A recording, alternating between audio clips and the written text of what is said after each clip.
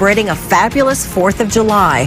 Good evening, everybody. Thanks for joining us. I'm Beth Farnsworth. And I'm CJ Ward. We begin at 6 o'clock with the tidiest 4th of July revelers around. You would think that 100,000 people would leave behind a huge mess after a 9.5-hour 4th of July show. But Santa Barbara's waterfront was surprisingly clean this morning. And News Channel 3 senior reporter John Palmentary joins us live. And John, city crews were up pretty early to get everything back in order. You know, we remember 20 or 25 years ago when it really was a debris field and was all that mess you speak of, but certainly not that anymore. They had some very big, large Marburg dumpsters that were filled up. Matter of fact, some of them were just hauled away now, and it appears as if those that came down to the West Beach area or anywhere along the waterfront from East Beach up to Shoreline Park packed out what they packed in for the 4th of July festivities. The beach is such a draw to people here in town and visitors that we do need to take care of it. By mid-morning, those who come to the beach regularly said it was hard to tell Santa Barbara had an estimated 100,000 people at the waterfront for the 4th of July fireworks show. City crews rolled up the orange safety fencing around the fireworks launch zone and groomed the sand where spectators spent the day and watched the aerial show. But unlike the scene local residents recall from years ago where a debris field was left behind, this festival site had a tidy tone to it.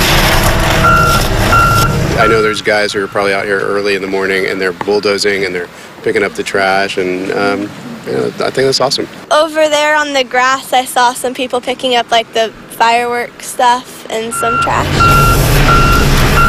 Getting the sand ready for anyone coming to the beach was a top priority for the Parks Department and waterfront staff. And this time of year, all of the Santa Barbara beaches are heavily used. Here at East Beach, they have the Junior Lifeguard Program underway, and it has over 300 kids involved. Whoever, came through and cleaned up, maybe the crowd was just a little more respectful of the beach in the first place, but it's really, there was one pile of trash down there, but it looks fantastic right now, which is great for all the kids who are doing junior guards this morning because it can be a danger with all the broken glass and trash and all of that. In addition to the sand and grass area cleanup, the final pieces to a performance stage were taken off the beach west of Stearns Wharf, where there had been a 9-hour music and entertainment festival leading up to the fireworks.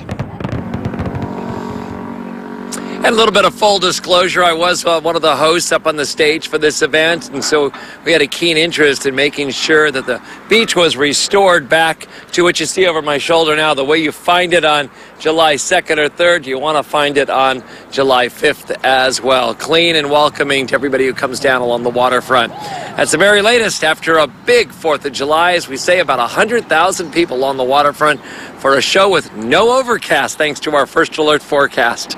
I'm John Palmentary, News Channel 3. Okay, thanks, John. It really was a fabulous 4th. A Good Samaritan is recovering